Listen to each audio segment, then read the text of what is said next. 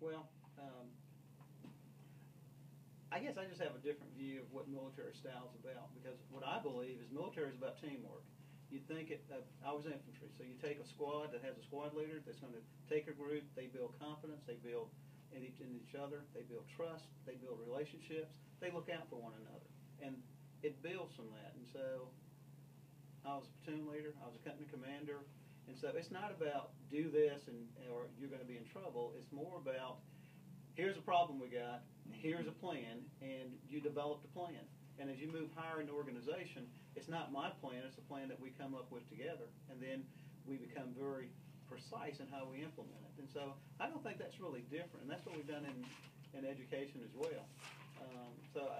I was told once, they want you to come here and just beat people over the head and just make them. That's not what we do. Right. And so I think it's just pure leadership.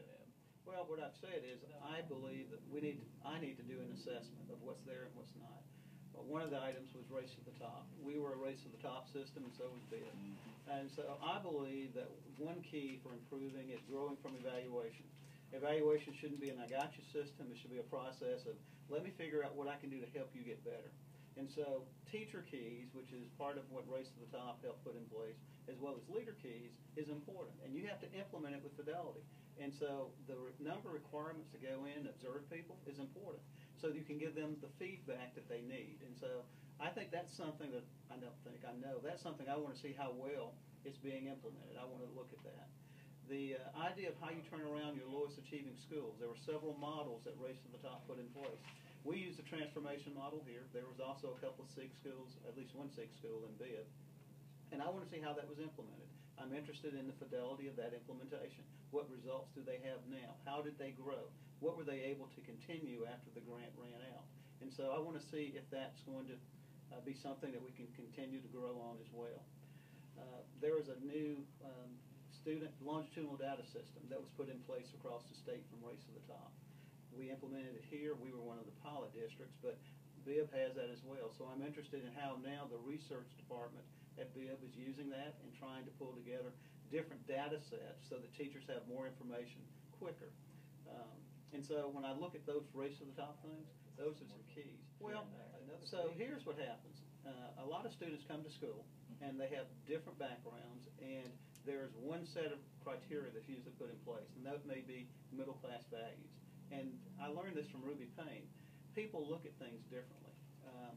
She says that, and here's just one example I remember, that when you come from poverty, the question you ask somebody when they finish eating is, did you get enough? But when you talk to a middle-class family, you don't ask that question. The question is, was it good? They're checking on the quality. Mm-hmm. And then when you move to higher, people who are more prosperous, then it's not, did you get enough? Was it good quality? It becomes, what did it look like? What was the presentation? Because that becomes key. And so when students come to us, character-wise, they have those same issues. Students from poverty are going to have certain things that they're going to try to do. They're going to take care of their territory. They're going to try to defend themselves. They have issues that, what it takes to survive. Middle-class students have a different set. And so PBIS is our way of saying, look, we're going to teach you the behavior that we expect. And therefore you're not going to get punished if we haven't taught it to you. So you give them the routines, you lay it out. Students want to do what's right. We just have to be able to get them to understand this is what is acceptable. And so what I like about PBIS is it puts those into the classroom, the restroom, the bus yard, the office, the hallway, and everybody's on the same page. So even when students move from one school to another, even if the rules aren't the same, at least they have an idea, this is where the rules are going to be located, and this is now how I need to behave.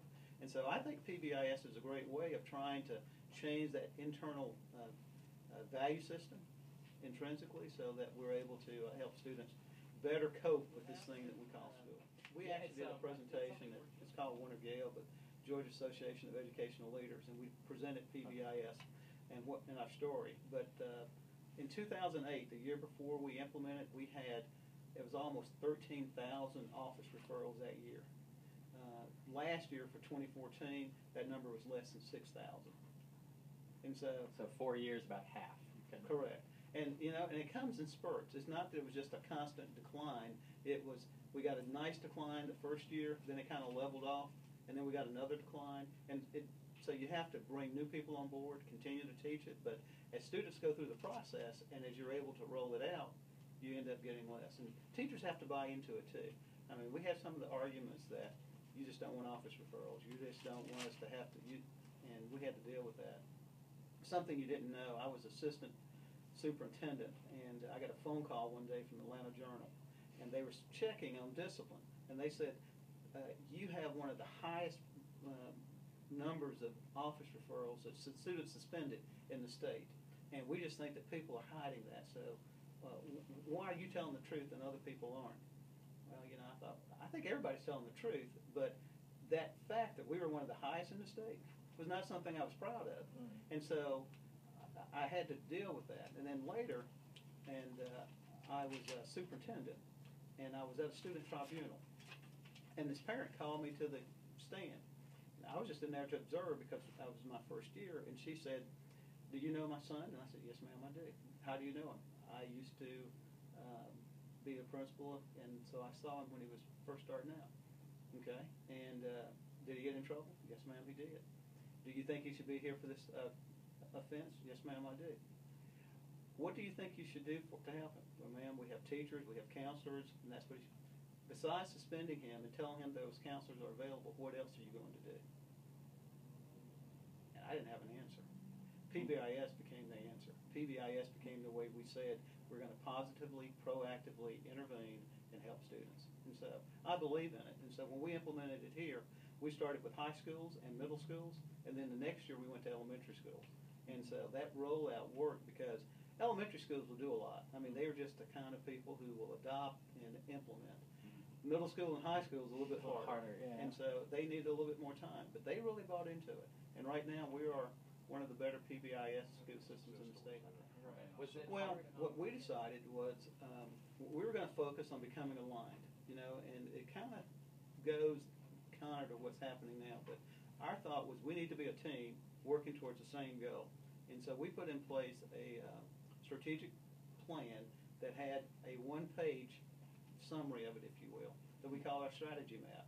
What is your strategy for improving? And so our strategy that everybody bought into was put out there for people to learn. At the very base, it said that we wanted to have people who would be willing to learn and grow. And if people are willing to learn and grow as individuals, they can come together as a team to become a reliable organization, reliable school, reliable departments, etc. If we become a reliable organization, then teachers can focus on the front end, being more effective and not worry about the back end. What's happening with my paycheck? What's happening with student discipline? Now they can focus on being more effective. Once they decide they can be more effective, then they can go to their community, students, parents, and the community and say, we now think we're reliable and we now want you to partner with us. And if students and parents in the community believe that, then they'll buy in. And once they buy in on that, now everybody's working to increase student achievement. So it took us several years to get through that process, but it took us to change our strategic plan. School plans all became aligned around those same ideas, and principals had to start saying, here's what I'm going to do to improve in each one of these. Now, what we came to believe, it kind of goes back to those Army ideas of what does a soldier be, know, and do, the be, know, do attributes. So we came up with this idea that a teacher needs to be a part of a professional learning community. They also need to know technology and how to implement it. And they need to be able to do or implement a standards-based classroom. Every principal then, in their school improvement plan, had those three things. And the question became, what does that look like in your school? What does the professional learning community look like at your grade level, whether it's elementary, middle, or high?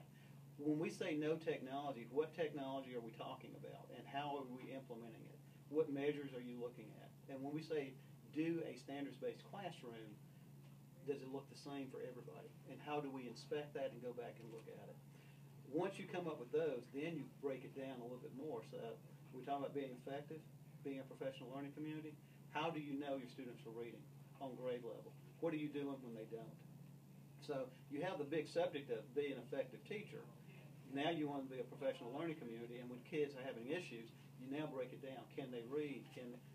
Are they competent in the academic subjects? So it becomes a process, but that process is something here people bought into, and it took years. I also tell you that it took a lot of professional learning. Each one of those bullets not bullets, but each one of those objective areas had learning that went along with it. We would try to find research that meant something to us, so we could say it's not just my opinion. Here's what someone has written. Now let's see if we can implement it. And I'll come back to something else. So one thing I learned was Army values, leadership. And when you talk about leadership, most people think military leadership. But truthfully, there's educational leadership, there's strategic leadership. But leadership in this term is an acronym. And it stands for loyalty, duty, respect, selfless service, honor, integrity, and personal courage. I believe those personal values are what drive individuals. Now, those are the ones that I've adopted because that's my military background. You may have your own. I'm not going to say you have to adopt my personal values, but you need to live up to your values. And we need to understand how our values come together so that we now have a system value, because those values drive what we do, what we find that's acceptable. And so in Griffin Spalding, we came up with our system values.